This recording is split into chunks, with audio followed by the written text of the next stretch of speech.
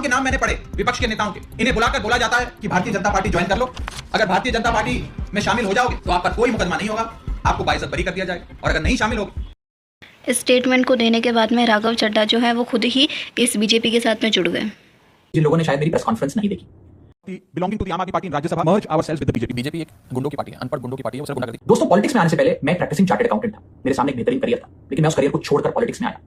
अपने करियर को बनाने के लिए पॉलिटिक्स में नहीं आया। ये हाल ही में इनका एक वीडियो ये भी था जिसमें ये कहते हैं कि ऐसी कोई रकम नहीं बनी है जो राघव चड्ढा को खरीद ले। फिर कौन सी रकम इनको मिल गई कि इतना जल्दी पलट गए? मैं साफ तौर पे कहना चाहता हूं, आज तक वो रकम नहीं बनी और वो शख्स पैदा नहीं हुआ जो राघव चड्ढा को आम आदमी पार्टी को या अरविंद केजरीवाल को खरीदता है। साफ तौर पे अपने कल तक जो अनपढ़ गुंडों की पार्टी थी वो पार्टी में आज सिद्धांत आ गए, और जो पार्टी में ये 15 साल से थे वो अपने सिद्धांतों पे काम नहीं कर रहे हैं। सही है, हो सकता है।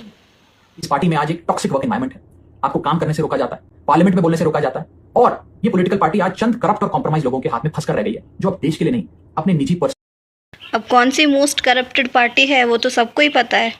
ऐसा राजनीतिक प्रयोग तो आजाद भारत के इतिहास में आज तक नहीं हुआ, और मकसद हमारे अगर आप पहला ऑप्शन अपना लेते तो ज़्यादा बढ़िया रहता, कम से कम ये जो बेइज्जती नहीं होती। बड़ी में एक लाइन कहते हैं, उसमें कहते हैं कि बिना पिंदेरो लूटो, जो ना इधर का रहता है ना उधर का रहता है। तो आप वैसे इंसान हो जो 2 साल से जिस पार्टी में है वो उसका तो हो नहीं रहा, बीजेपी का हो जाएगा।